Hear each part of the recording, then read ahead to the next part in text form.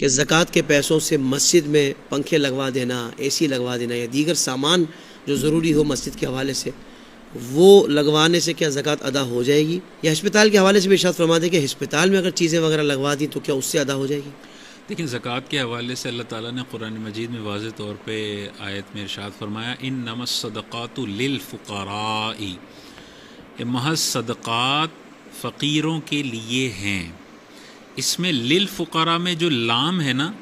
یہ ملکیت کے لیے ہے۔ ٹھیک ہے، اسی لیے زکوٰۃ کی بنیادی شرائط میں سے ایک شرط یہ ہے کہ فقیر مالک بننا چاہیے آپ کے پیسوں کا۔ اگر فقیر مالک نہیں بنتا اور پیسے مٹیریلسٹک چیزوں میں لگا دیے جاتے ہیں فقیر کو مالک بنائے بغیر، تو زکوٰۃ ادا نہیں ہوگی۔ تو مثال کے طور پہ کوئی زکوٰۃ کے پیسوں سے ڈائریکٹ اے سی لے لیتا ہے،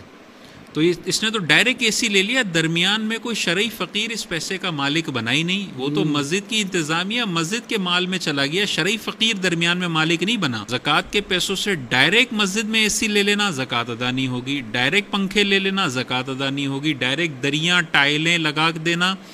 زکوٰۃ ادا نہیں ہوگی۔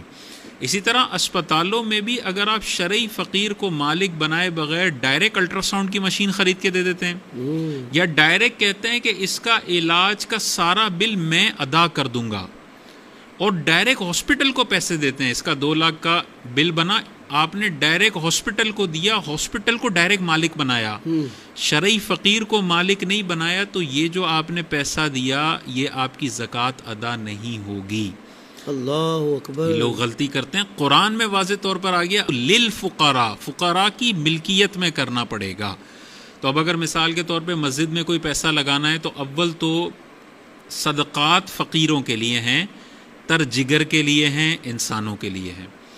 تو انسانوں تک زکوٰۃ کا پیسہ سب سے پہلے پہنچنا چاہیے، اس کے بعد مساجد ہیں یا مدارس ہیں۔ لیکن اگر کوئی ایسا علاقہ ہے جہاں پر مسجد کو فنڈ کی ضرورت ہے اور زکوٰۃ نہ دی گئی تو مسجد کو نقصان ہو سکتا ہے، تنخواہوں کے پیسے نہیں ہیں، بجلی کی ادائیگی کے پیسے نہیں ہیں، اور کوئی وہاں پر دینے والا بھی نہیں ہے نفل صدقہ، تو وہاں پر پھر علماء نے اس بات کی اجازت دی ہے کہ آپ زکوٰۃ کا پیسہ پہلے کسی شرعی فقیر کو دیں، وہ مالک بن جائے، اور وہ اپنی مرضی سے وہ زکوٰۃ کے پیسوں سے مسجد کا بجلی کا بل ادا کر دے، صحیح، وہ زکوٰۃ کے پیسوں سے مسجد کے پنکھے لے لے۔ اب اگر یہ پنکھے لے بھی رہا ہے تو پہلے ہم نے شرعی فقیر کو مالک بنا دیا ہے۔ اسی طرح کسی کا اسپتال کا بل ادا کر رہے ہیں تو ڈائریکٹ ادا نہ کریں، اس مریض کو، اس شرعی فقیر کو پہلے مالک بنا دیں، اس کے بعد کہیں بھائی تم مالک بن گئے، اب تم کہاں دینے جاؤ گے، میں ہی دے دیتا ہوں، یا اسی کو پابند کریں وہ اسپتال میں ادا کر دے، تو اس طرح سے ادا ہوگی۔